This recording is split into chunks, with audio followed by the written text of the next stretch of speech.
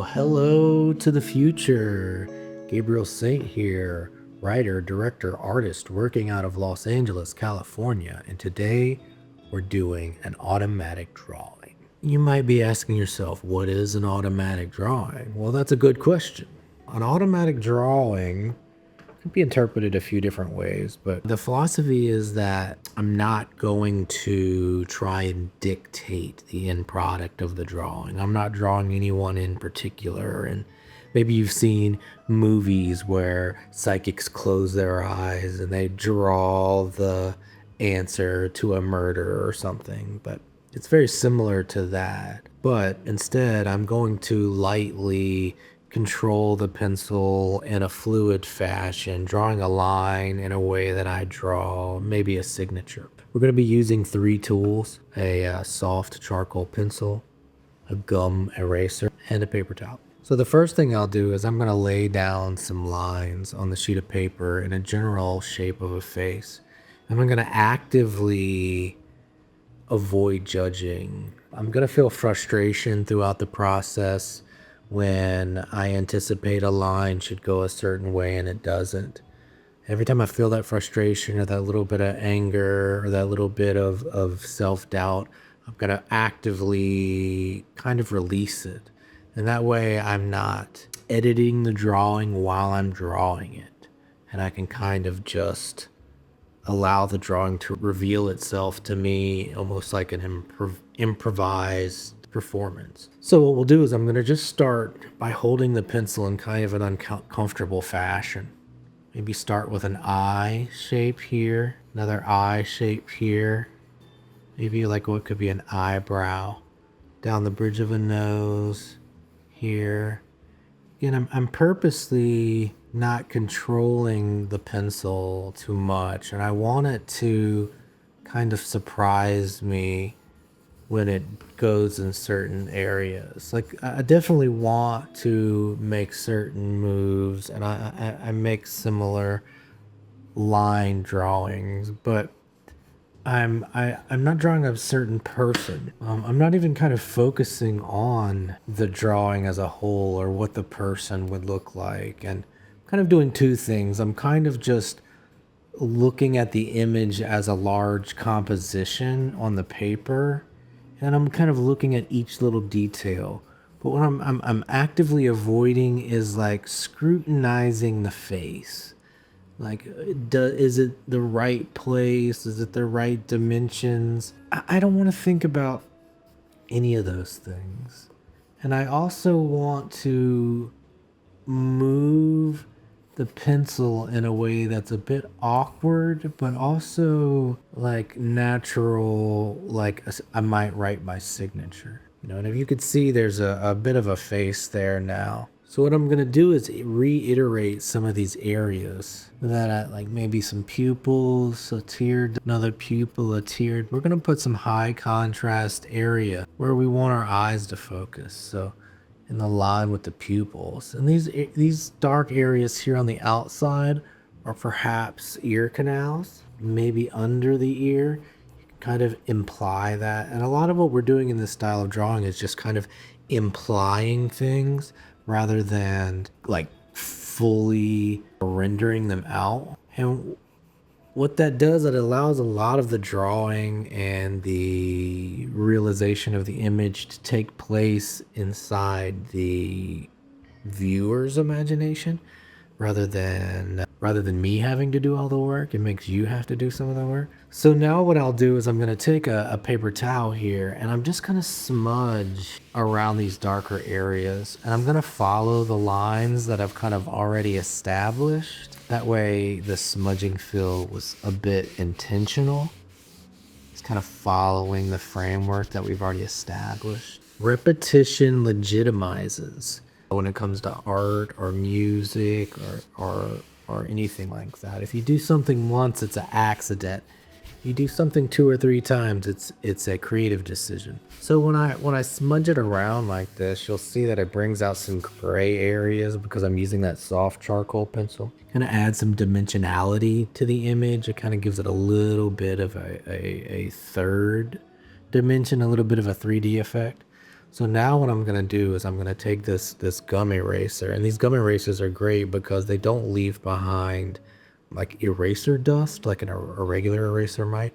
They kind of pull the charcoal into then to itself and doesn't leave any residue behind. So what I'm gonna do is I'll use this eraser almost like a white paintbrush, and I'll use it to bring some highlights in here. See a little bit of highlight on that bottom lip there, you know, on the edge of the nose here, maybe the top of the nostrils, up the bridge of the nose, something like that here. You know, it kind of reiterates some of the lines we already have drawn here. It's not like starting over. We're just kind of reiterating some of these shapes, like I'm coloring in somebody else's drawing, kind of keeps the pressure off.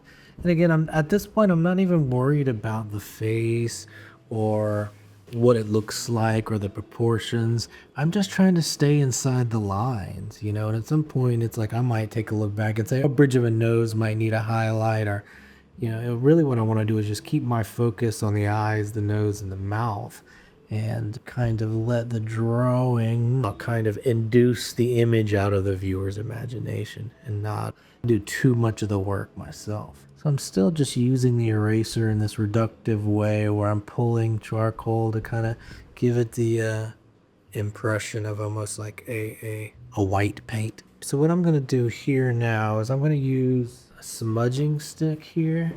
What that does is it just kind of allows me to put a little bit of control on the smudge. You know, it can kind of put a little bit of like a shelf on some of these lines to make them feel a little bit like they have like, you know, like the bottom eyelid has a little bit of a shelf there, this little tuck above the eyelid. Maybe hey kitty man, maybe a little bit there. That's my buddy, man. He's begging for some food. You've already had a can of food. Well, he doesn't care. And then it'll allow me to kind of lock in this pupil here.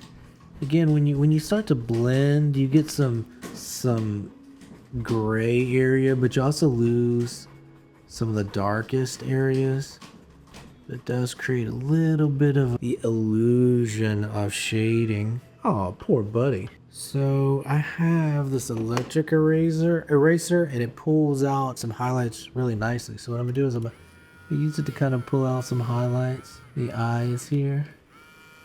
And remember, if you put a highlight on one side of the eye, it's got to be the same side. You don't want them to be on opposite sides of the eye. You want them to put a highlight on the right side of the right eye. You want to put a highlight on the right side of the left eye as well. Same thing, put a little highlight on the tip of the nose, on the right side of the nose. Put one. This electric eraser kind of really brings it back to the white. You know, sometimes it's fun to kind of go back with an eraser and kind of reiterate some of these lines that I already have here. Almost just using the eraser like it's a white paintbrush. Just kind of following some of these lines for no other reason than it just looks interesting. Sometimes when you use the kind of reductive process, when you use like an eraser to add a highlight, it kind of might trick the viewer's mind a little bit, and it's kind of confusing, and you see the highlight as the, you know, the white of the paper and as a line or a detail.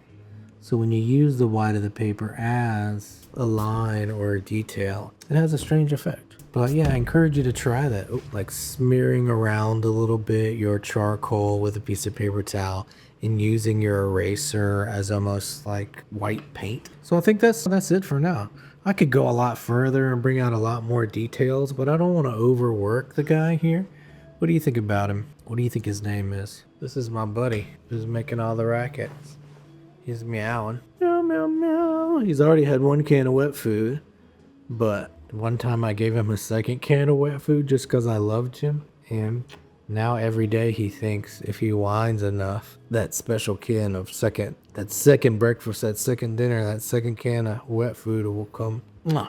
He's spoiled brat, but he's a pretty boy, and he's sweet. All right, last but not least, we're going to put our signature down here.